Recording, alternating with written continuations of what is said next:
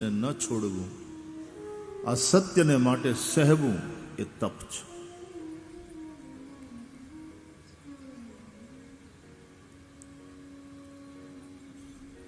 જનસાધારણ ધર્મનું પાલન કરતા જેમ હરિશ્ચંદ્રને સહેવું પડ્યું, સાક્ષાત ધર્મની મૂર્તિ કહેવાયા જે શ્રી રામ, એણે સત્યને માટે જે સહ્યું, અનેકાનેક સંતો મહાપુરુષોએ સત્યને માટે જે કષ્ટ સહન કર્યા પણ સત્યને ન છોડ્યું, ધર્મને ન છોડ્યો, એ તપ. આ તપ રૂપે ભગવાન જ તમારા જીવનમાં સાક્ષાત છે.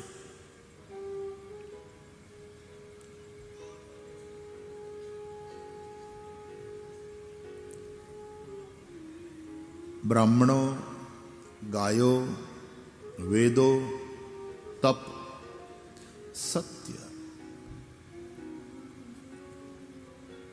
આપણે સત્યનું વ્રત કરીએ ને સત્યનું આચરણ કરીએ તો ભગવાન આપણા જીવનમાં છે. કોઈ એમ કહે કે તમને ભગવાન મળ્યા, તમને ભગવાનનો સાક્ષાત્કાર થયો. તમે જો સત્યને અપનાવ્યું, તમે સત્ય અનુસાર જીવન જીવો છો તો તમને ભગવાન મળ્યા છે, તમારા જીવનમાં ભગવાન છે.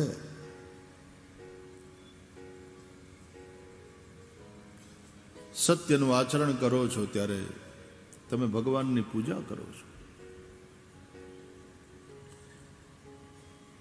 દમઃ, દમ એટલે ઇન્દ્રિયોનો નિગ્રહ, ઇન્દ્રિયોનો સંયમ. ગમે તે ન ખાવું, ગમે તે ન પીવું, વ્યસનોથી આઘા રહેવું, શરાબ, માંસાહાર, તામસી આહાર એ બધાથી દૂર રહેવું. જીવને તો ઘણું ગમતું હોય, સ્વાદેન્દ્રિય અને જનનેન્દ્રિયને બધા જ ભોગ આપવા મર્યાદા વગર. આ તો અસુરનું જીવન છે. દમઃ, આ પણ ભગવાનનું શરીર છે, માટે ઇન્દ્રિય સંયમ હોવો જોઈએ જીવનમાં. મોટર ગાડી ગમે એટલી સારી હોય પણ બ્રેક ફેલ હોય તો એ મોટરમાં ક્યાંય જવાય નહીં, એમાં બેસાય નહીં. બ્રેક વગરની મોટર નકામી, એમ સંયમ વગરનું જીવન નકામું. દમઃ, શમઃ, ઇન્દ્રિયોનો સંયમ તો શક્ય બનશે જો મનનો સંયમ હશે. શમ એટલે મનનો સંયમ. નહીં તો ઘણી વાર એ થાય કે ઇન્દ્રિયોને આપણે વિષયો તરફ જતા રોકીએ પણ મનને રોકીએ નહીં. મન વિષયોનું ચિંતન કરે.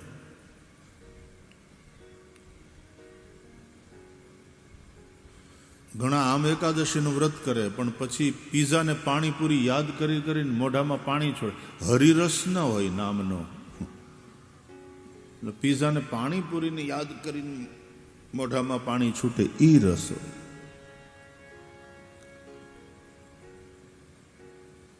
ભગવદ્ ગીતામાં ભગવાન કહે છે કે ઇન્દ્રિયોને વિષયોથી દૂર રાખે પણ મનથી વિષયોનું ચિંતન કરે. મિથ્યાચાર ઉચ્યતે, એ મિથ્યાચાર છે. શમ, મનનો સંયમ.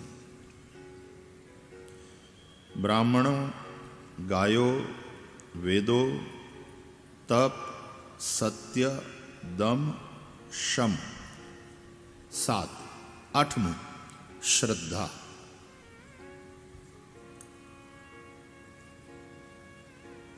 શ્રદ્ધા વગરનો માણસ એટલે મૂળ વગરનું ઝાડવું.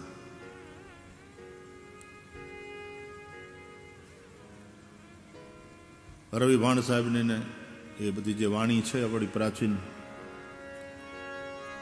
એમાં એક પ્રાચીન બહુ પ્રસિદ્ધ ભજન છે અને એના શબ્દો છે. આ નાનપણમાં હું બહુ ગાતો આ ભજન, મારું પ્રિય હતું.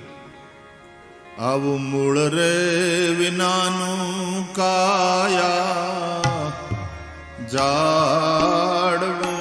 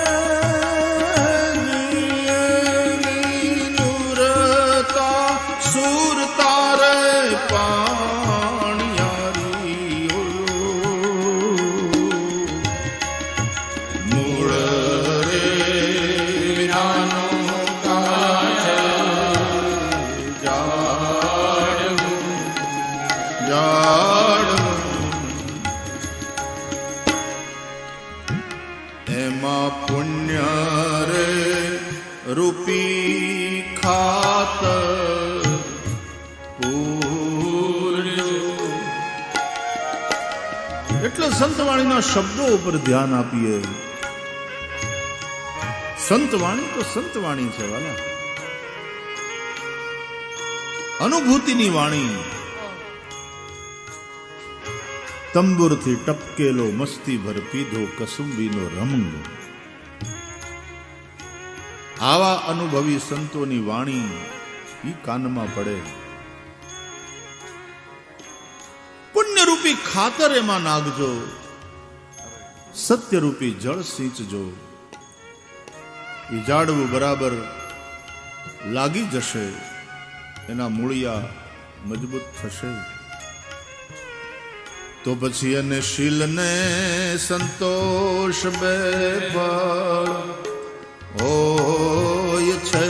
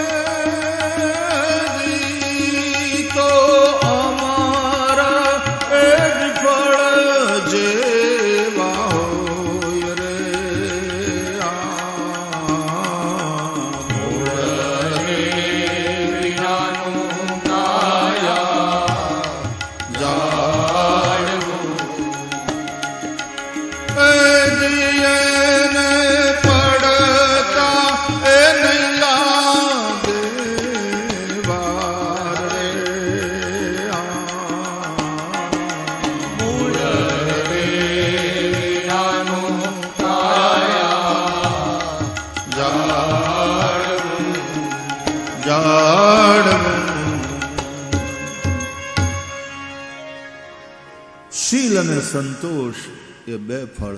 શીલ એક એવું ચરિત્ર નિર્માણ થાય. આ આપણે કથા ભાગવતની સાંભળીએ છીએ, એ શું છે? ચરિત્રની કથા છે.